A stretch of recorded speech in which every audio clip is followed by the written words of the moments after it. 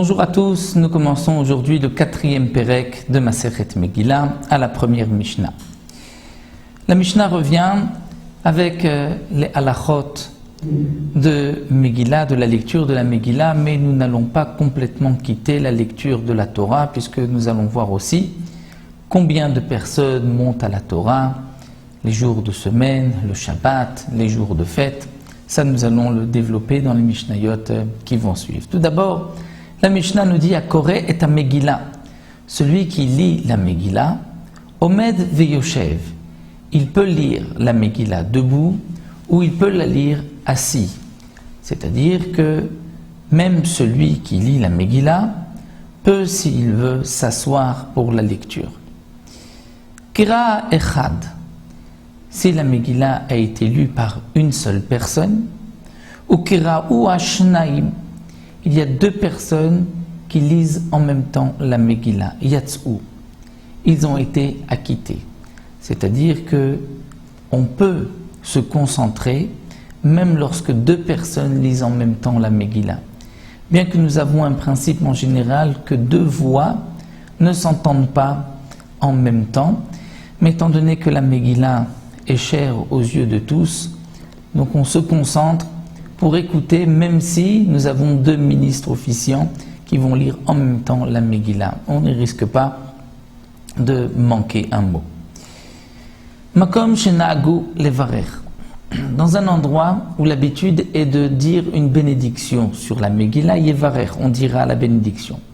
Shelo levarer, si le minag, l'habitude est de ne pas dire de bénédiction, lo yevarer, on ne dira pas de bénédiction. Et le Barthénoura nous explique, on dit la Gemara, bien sûr, il s'agit de la bracha acharea, après la lecture de la Megillah. Mais avant la lecture de la Megillah, c'est une obligation dans tous les endroits, ça ne dépend pas d'un minag, d'une habitude. On dit 3 bénédictions. La première bénédiction sur la lecture de la Megillah, la deuxième chez Hassan Nissim Lavotenu, qu'Akadosh Baruch Hu a fait des miracles à nos pères, à nos ancêtres, et la troisième chez Chiyanu, la beracha de Chiyanu, puisque ce n'est qu'une fois par an qu'on lit la Megillah. Donc lo yevarer, ce que nous dit la Mishnah, que dans le cas du minag de lo yevarer, on ne dit pas de beracha, c'est pour la beracha d'après, mais pas d'avant. Maintenant nous revenons à la lecture de la Torah. Basheni, le lundi, Bachamishi, le jeudi, ou Shabbat Bamincha, et le Shabbat après-midi, on lit la Torah, Korin Shelosha. On fait monter 3 personnes. En pochatin, on ne diminue pas, on ne fait pas monter moins de 3 personnes, mais aussi en mosifin alehem. On ne fait pas de mosif, c'est-à-dire qu'on ne rajoute pas sur ces 3 personnes. On ne fera pas monter 4, 5 personnes, même si il y a 2 bar mitzvah ce jour-là et qu'on voudrait faire monter tout le monde.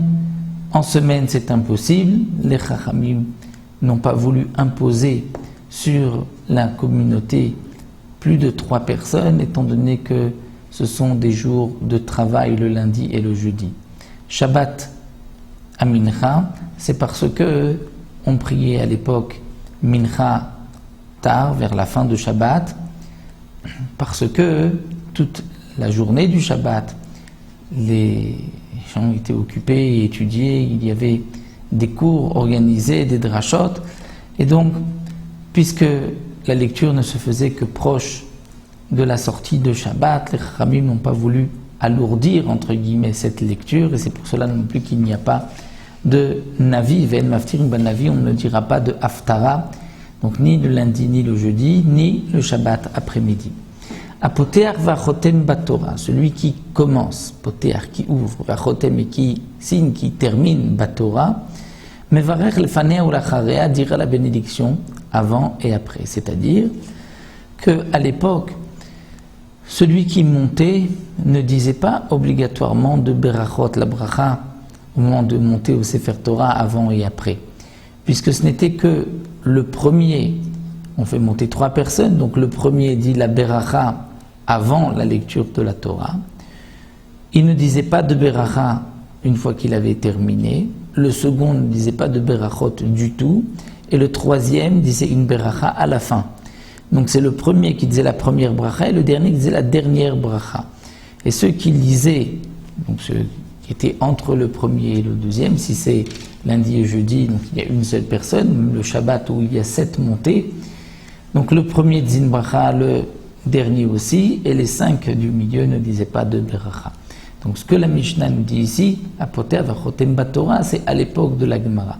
Et la raison pour laquelle aujourd'hui, toute personne qui monte à la Torah va dire une Beracha avant et après, nous explique le Barthénora, c'est une Gezerah des Chachamim pour ne pas que celui qui rentre au milieu de la lecture et qui voit un homme monter sans dire de bénédiction, il va penser qu'on peut lire la Torah sans bénédiction. Il ne va pas savoir, il ne va pas imaginer qu'il y a déjà eu une première montée et que le premier a dit une Beracha.